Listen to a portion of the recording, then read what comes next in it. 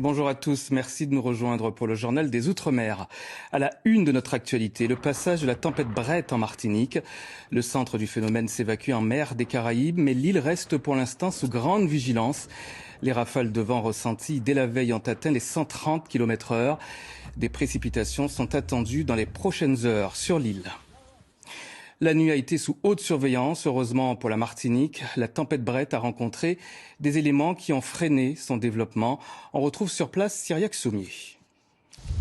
Oui, averses et vents violents sont toujours d'actualité. Quelques heures après le passage de la tempête tropicale Brett sur l'arc antillais, l'œil du cyclone a eu une trajectoire un peu plus au sud que prévu initialement et est passé en plein sur l'île de Saint-Vincent, ce qui n'a pas empêché bien sûr les dégâts en Martinique, en particulier dans le sud. Ce qui a surpris tout le monde ici, c'est l'extrême précocité de ce phénomène. C'est seulement la 4e fois qu'une tempête tropicale arrive sur la zone aussitôt dans la saison. Et si jamais ce phénomène devait se transformer en ouragan de catégorie 1 dans les prochaines heures, eh bien ce serait tout simplement tout à fait inédit. Ce serait la première fois depuis les mesures météorologiques dans la région en 1841. Alors les spécialistes expliquent ce phénomène par un réchauffement des eaux superficielles de l'Atlantique de l'ordre de 2 à 3 degrés. Et beaucoup estiment donc que Brett est une parfaite illustration des dérèglements climatiques qui touchent la planète.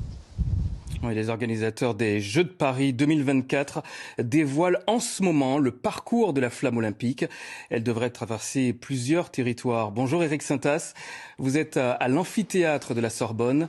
La flamme olympique voyagera aussi dans les territoires d'outre-mer. Oui, bonjour Thierry. Alors pourquoi je suis à l'amphithéâtre de la Sorbonne d'abord? Parce que c'est ici que le 23 juin 1894, le baron Pierre de Coubertin a relancé l'idée de l'olympisme. Et puis vous l'avez dit, effectivement, la flamme va aller en Outre-mer dans 4 départements et une région. Les 4 départements Guadeloupe, Martinique, Guyane, Réunion et la région Polynésie. Elle atteindra d'abord la Polynésie le 8 juin parce qu'il y a aussi un site olympique là-bas, Tiopo. Et puis donc elle va partir aux Antilles avec un bateau, le trimaran d'Armel Lecléache, qui va traverser l'Atlantique avec cette flamme. Alors les thématiques des choix de ville ont été faits selon 4 choses importantes pour le comité olympique: le savoir-faire, l'histoire de France, les sites naturels et la vitalité des territoires. Ce que je peux vous donner, allez très vite, 5 petits endroits dans lesquels elle passera en Outre-mer: le centre spatial de Kourou, Tiopo bien sûr, où il y a la vague de surf, la plaine des Sables à la Réunion, le Mémorial Act en Guadeloupe et la montagne Pelée. Voici pour les petites indiscrétions que je peux vous donner. On en saura beaucoup plus d'ici à cet après-midi, mais c'est d'ici que part l'appel olympique de cette flamme, Thierry. Oui, merci pour ces indiscrétions, Éric Sintas. La Polynésie française aura donc la chance d'accueillir la flamme olympique. Une belle opportunité. Le territoire en espère des retombées touristiques. Le reportage de Mélissa Chong. Elle brûle de 1000 feux et depuis son premier allumage en 1928, la flamme olympique ne cesse d'être convoitée par bien des pays. Ce symbole qui marque l'ouverture des Jeux olympiques 2024 voyagera jusqu'en Polynésie française, terre de jeu des épreuves de surf. On va avoir la chance de pouvoir contribuer dans la sélection, ou ne serait-ce que dans le choix des noms des porteurs de cette flamme. Je pense qu'il va falloir y intégrer bien évidemment des jeunes engagés, des sportifs engagés, parce que c'est important. Venir transmettre à la jeunesse, il faut qu'on s'y mette. Toutes les fédérations et tous les sports ne le font pas systématiquement. Accueillir la flamme olympique et ces Jeux demande une vigilance accrue, coordonnée par le Haut Commissariat. Un dispositif adapté à la dimension internationale de l'événement est actuellement à l'étude. Gendarmerie, direction territoriale et police nationale travaillent conjointement à la sécurisation du relais de la flamme, mais elle ne se fera pas au détriment de la ferveur populaire. C'est une énorme opportunité en termes de rayonnement et de visibilité à l'international. Le parcours a été pensé par le pays pour faire en sorte de pouvoir faire rayonner à la fois ces différentes villes, mais aussi ces points touristiques et attractifs. Donc non, ça va être une belle fête, une belle visibilité et effectivement une opportunité pour la Polynésie d'être vue à travers le monde entier avant les Jeux. 7 ambassadeurs polynésiens auront le privilège de porter la flamme au plus près de la vague emblématique de Teahupo'o. Direction l'île de la Réunion où mercredi, un homme a tenté d'agresser des policiers avec un tournevis. Les fonctionnaires ont fait usage de leurs armes. L'homme blessé souffrirait de problèmes psychologiques. Nora Nonet. Alors que la fête de la musique bat son plein, un homme armé d'un tournevis agresse des policiers de la brigade canine stationnés à bord de leur véhicule.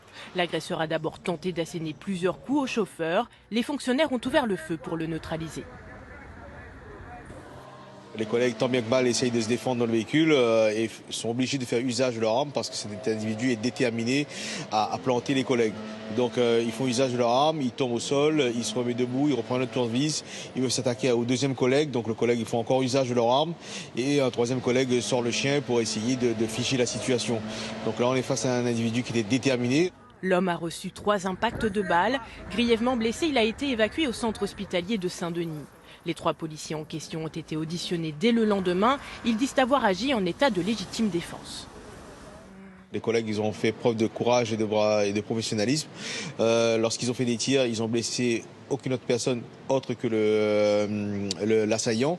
C'est déjà une très bonne chose. Maintenant, les collègues, eux, ils en sortent sans blessure physique, mais moralement, ils sont atteints. Les jours de l'agresseur présumé ne sont plus en danger. L'homme âgé de 47 ans souffrirait de troubles psychologiques. Il est toujours en garde à vue à l'hôpital et doit être entendu aujourd'hui. On parle maintenant de la belle réussite d'un jeune Guyanais. Tao est pilote de l'armée de l'air, un rêve qui est devenu réalité. Il vient de terminer sa formation et son souhait, être affecté sur un Rafale. Pierre Lacombe et Massimo Bulgarelli. Enfant, Tao avait la tête dans les nuages. Il regardait émerveillé les hélicoptères qui atterrissaient sur le terrain de foot pour venir ravitailler son village. J'ai grandi à Camopi, donc j'ai grandi avec les hélicoptères de la gendarmerie et de l'armée de l'air qui venaient ravitailler le poste légionnaire qui était là-bas. Donc je pense que c'est ça qui a fait naître cette passion en moi. Les années ont passé, la passion est restée, elle s'est même renforcée. À 25 ans, Tao est désormais pilote de chasse dans l'armée de l'air. Un bac S, 3 années de classe préparatoire en Guyane et il faut partir. Tao rejoint en 2017 l'école de l'air de Salon de Provence, puis la base aérienne de Cognac et enfin celle de Cazaux en Gironde. Aujourd'hui, je suis stagiaire ETO. Je suis dans la dernière phase de formation des pilotes de chasse, c'est-à-dire la phase de transition opérationnelle qui va concrétiser donc toute cette formation et est sanctionnée par l'orientation sur avion de combat. Loin de la Guyane, loin de ses parents, parfois la nostalgie le gagne. Jamais très longtemps. Au début, c'est vrai qu'il y a eu un peu le mal du pays. En y réfléchissant, je pense que je regretterais plus de ne pas le faire que de le faire. Au final, un petit peu, mais... Dans quelques jours, les 6 officiers de la dernière promotion Alpha Jet de l'armée de l'air française prendront des chemins différents. La fin de 6 ans d'une franche camaraderie. C'est un très bon camarade, on passe des bons moments, très travailleur et il va au bout des choses, il est très pointilleux, il cherche toujours le petit détail pour perfectionner, pour avoir le sens du détail et de la chose bien faite, quoi. Tao a fait de son rêve une réalité au prix de nombreux sacrifices. Dans quelques jours, il connaîtra sa nouvelle affectation. Il espère voler sur le Rafale, le joyau de l'aéronautique française. Sa vie est désormais tracée, elle sera dans le ciel, une évidence.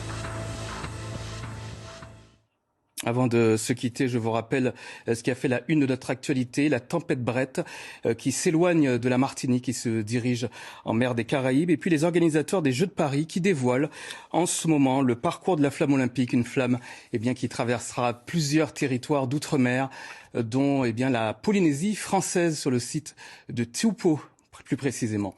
C'est la fin de ce journal. Merci de votre attention. Retrouvez toute l'actualité ultramarine en ligne sur le portail des Outre-mer, sur la première.fr plus précisément. Belle journée à tous et à demain, 11h30.